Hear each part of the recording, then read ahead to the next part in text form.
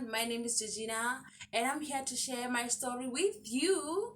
I'm going to do a video today about my labor journey. I hope you guys enjoy it. Thank you.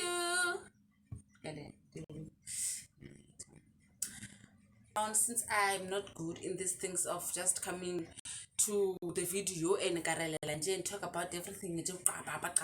No, I write keywords down so that I can remember what I'm going to be talking about. Today I'm going to be talking about my labor journey, everything I went through, and then maybe next week I'll be popping a new video about my pregnancy journey. Yes, I know I should have started with my pregnancy journey before my labor journey, but I'm more interested in my labor journey. It's a short video. I hope you like it. I just want to see the approach of you guys to it. Yes. On my labor journey, I'm going to be talking about contractions, see, and like everything. Yay! Ooh, I hope you like it, guys.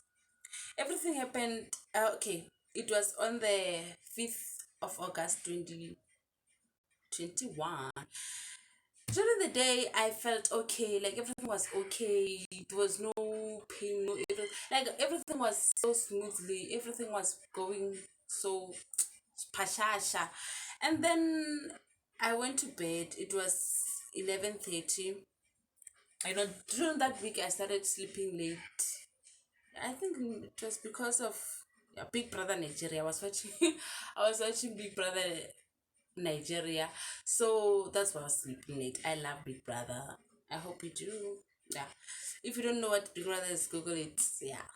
So it was 11:30. I felt the urge to go and poo. I went to the toilet and as I went to the toilet, I felt I have a diarrhea. And by the way, okay, let me not be quick. My doctor wrote that my due date will be the 10th of August 2021. And I was not thinking that maybe it would be sooner. They didn't tell me. I even asked on my last visit. I even asked this doctor and asked him that when I come back on the 10th, are you going to will I be due, or are you going to be checking stuff? He said, yeah, we'll be checking when are you due, stuff like that. The 10th is not your original due date. Your original due date is after the 10th. English. Can't even type it. Yeah, it's after the 10th. So okay, so during the week I was okay. From 3, 4, 5, I was okay. I was feel okay. The 5th I was feel okay. So I was surprised at 11:30 I had diarrhea, and when you're pregnant, you worry everything. You just worry, and then I went to Google what's going on. uh, I saw some feedback about maybe you might be going into labor. I just ignored that and went to bed. By 12 o'clock midnight, I woke up. I was feeling cramp like prep pins, and I was like, no, this can't happen. By the way, nagaresho akona koloi. So I was worried. What's going on? What's going to happen to be like? Okay, let me calm down. I called my baby daddy. He has a car, of course. My guy, his phone was off. Like I was so like I was not feeling anything by that time, but I was like, I have to have a backup. If it's real, this is real, I'm going to be on labor. I want to have a backup, at least something that I know. Yeah, this. So I wanted to update him and tell him how I'm feeling, but his phone was off. Yo, I'm on daughter, guys. Basa podcast. Yo, Anna. So by 12 o'clock midnight, I was awake, and then my pain started being like my contractions started being apart by 5 minutes. Like every 5 minutes I started feeling pain. Every 5 minutes, I started feeling pain. And I realized that I cannot sleep. I went to Google and Google what's going to happen. Can I sleep on my contractions? No. Yeah, the Google say yes, you can sleep on your contractions, drink water and go back to sleep. I drank water, I went to sleep. No, this is not happening. My body was resisting. The baby was saying, I'm coming today. I'm coming today. So I was perfect. So I went to, Rena Mapedi. I not Rena Mapedi. Rena bangwe ga rena ne re tša foga toilet at night. A rena di toilet tša flush by the way. So I went to the bucket. I pee. I went to the bucket. It was 12:30. I went to the bucket. While I was peeing, my water broke. I checked, I used a toilet paper, I checked and I saw a little blood. And I was like, I was worried. I become worried. I called the ambulance and I said, you should have heard me. Hello. With my scared voice, I was fearing for whatever is going to happen. I don't know everything. No one told me anything. No one updated me. This is what you're going to be going through the whenever. Okay, so sorry about that. Cut. I called the ambulance. I was like, "Hey, my name is Regina. Am I speaking to blah blah blah hospital?" And I'm asking for an ambulance. They was like, "Okay, where are you?" I gave them my address, my phone numbers. They told me that they were coming and they will call me as soon as they get here. Okay. And by the way, then they were not going to pick me up at my gate. They were going to pick me up at the road. And mind you, from my home, from where I stay to the road is like 10 minutes walk or 5 minutes, 5 to 10 minutes walk. So I, I was still feeling okay, I was still feeling okay, but the water broke. So that that that that is one thing that was running in my mind. So I started packing. While I was packing, I started feeling more and more intense pain. Like the contractions were very, very strong. So I called out my bed roommate, is my little sister, and I asked her to help me pack. Can you imagine? I packed a your bag e golo ke sa tsebe gore re tshwanetse ke packing because I didn't know, like, but I checked Google, so I wasn't sure what to pack. So I packed a lot of things. Pampers, clothes, my file, you know those stuff. And then I packed, and then I waited for them to call me back. I minutes and minutes passed. Then I realized, no, these people are not taking me serious. I called them again. It was 1 o'clock. I called them again. They say, hey, you wanna get it? We were there. You were not there at the road. Why? And I asked them, you told me you will call. They say, hey, find a car. Do something. We are not coming back again. I was so disappointed. Like, I was so disappointed. Then I just told my sister, okay, let's go to the road. I don't know where I was going. Like, I just said, let's go to the road. I didn't know, like, maybe I should have stayed and gave birth at home, but no, the baby wanted to be born at the hospital. Maybe angazi, but I just decided, no, let's go to the road.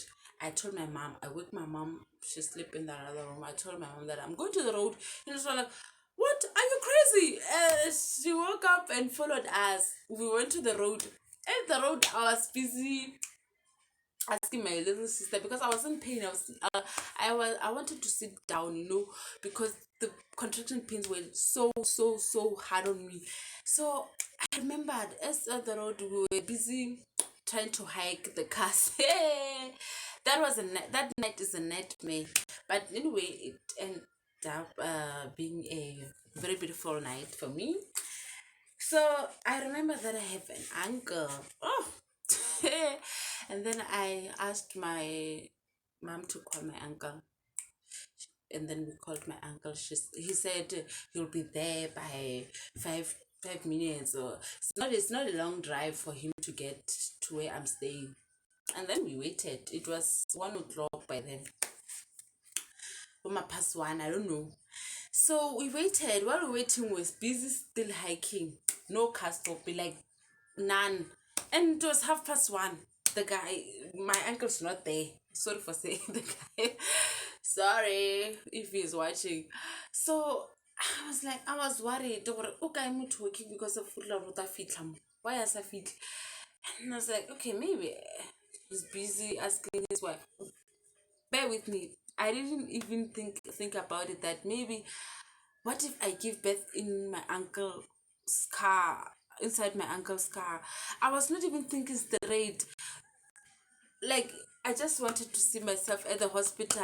I knew by then maybe I would be helped. So my uncle didn't come. So I called my sister, my older sister. I told him, can you please call my uncle because I don't know where he is. So he called my uncle. He told her that he's still coming. And I was worried. And it was it was approaching 2 o'clock. I was like, I was in pain. I was in hell. Oh, okay. My uncle came. It was 2 o'clock, past two, somewhere there. We went to the hospital, and then when we get there, uh they asked if they can bring me a wheelchair, and some nurse said, no, you cannot bring that girl a wheelchair. She's strong pela. She's still a girl. Why bring her a wheelchair? By the time my feet were blocked, like they were locked. They were locked, not blocked, sorry. They were locked. Like I couldn't even get out of the car. And I told them that I can't get out, I can't walk. They say, you can walk. Yeah, you know those nurses. You can walk, girl, you can walk. We know you can walk. And they say, I don't even think you're feeling I think you don't feel anything. South Africa, hey. I think I'll feel it next. Udukhaya, njari sepela sis. Okay. Myself, I walked. I gave them my mother gave them my file. He and then helped me with the administration, and then they told me to go to another room. I went to another room. Let me see if I forgot anything because of it. I'm in a hurry. I don't want to finish Amadata Aband. Okay, I'm not missing anything. So while I was walking, I stopped, and like I felt the head of my baby, that like my baby was coming while I was walking to the delivery room. So this nurse, I don't know, it's a doctor or nurse. She pushed me. Hey guys, these people are rude. Hey, these people are rude. You can even ask yourself, are they really women? Like, how can a woman treat another woman like this? If Salwa in labor pain, what's what the young, what would Mosado like, okay, guys, as a spirit, we all have sex, and let Nakam can relate that way. Mara yo treatment yard doctor not letness charana. There are many stories tell about what somehow. If when about to sharp, kudos to you, girl. But now yo. Anyway, I'm pusher. Arisipela says, and I was like, I'm in pain. Lana what's about jail. I understand sometimes maybe we don't work with them. Maybe we are lazy, maybe rude sometimes, but I was not even lazy. Like, I was active. I was trying to do everything they want me to do. But anyway, I got to the delivery room. It was 2 o'clock, to 3. It was 2 3. And then, like, the doctor said, and then why you gonna wait now? No, why you gonna wait now? And then I said, I didn't have a car, but I woke up during that. I said, no, I didn't feel anything, and it's not my fault that I felt those contractions at night. Like, okay, I told her that I. Then she asked me, "Utleka hangu?" Then I told her that I call uncle. When you can uncle, now she started insulting me. Uncle, when? What if you get away like uncle? like o bone gore uncle a go baneng, o bone gore uncle a go baneng. So everything started coming back, like I was like, yo, and nobody that need what if vele ke be ke dire that thing ka rako la uncle. And like I started realizing maybe okay, let me not say this need uncle fella. Okay, let me say this. Men should know what we go through. No, I'm not saying that my uncle should have saw what I went should. No, I'm not talking about my uncle. I'm talking about if your husband is not there for you. Those guys very long they run away when we give birth. They should see what we go through and understand the pain that is unbearable. The pain is very, very, very, very intense. And they should know everything. So somehow I felt like after my baby, after the delivery, I felt like no, I didn't feel like I didn't feel guilty for asking my uncle to accompany me. So I was like, whatever. I had this attitude maybe because of some situation that we went through, we go through, men don't know about. I don't know, like I don't know, don't attack me, I'm just saying. So my baby came at 2:52. Luckily, yes. So imagine if I gave birth on the road, guys. Hey. Anyway, this video is my 2021 in one video. This thing that I went through on that night is actually what made me who I am today. I feel like I learned from that night. I learned that family is the only people that will be there all the time. And I was so disappointed that my baby daddy was not delivering. And by the way, he was in my province. We were on the same province. He was on my province. He was on the same province that I live in. And so I was so disappointed in him. I even told him that your car is useless. Like, useless because of it couldn't even help me the time I needed him. Because I was 9 months. So if your baby mama is 9 months, there's no need for you to switch off the phone at night. Why? Because that person will need you. Like, come on, when we are 9 months, stop switching off the phones, baby daddies. I am talking about if you are present for your child. Yes, thank you. I hope you find this video well. Where I'm wrong, please don't be harsh on me. I'm new here. Ke my new one mo YouTube. Let's campa stress, guys.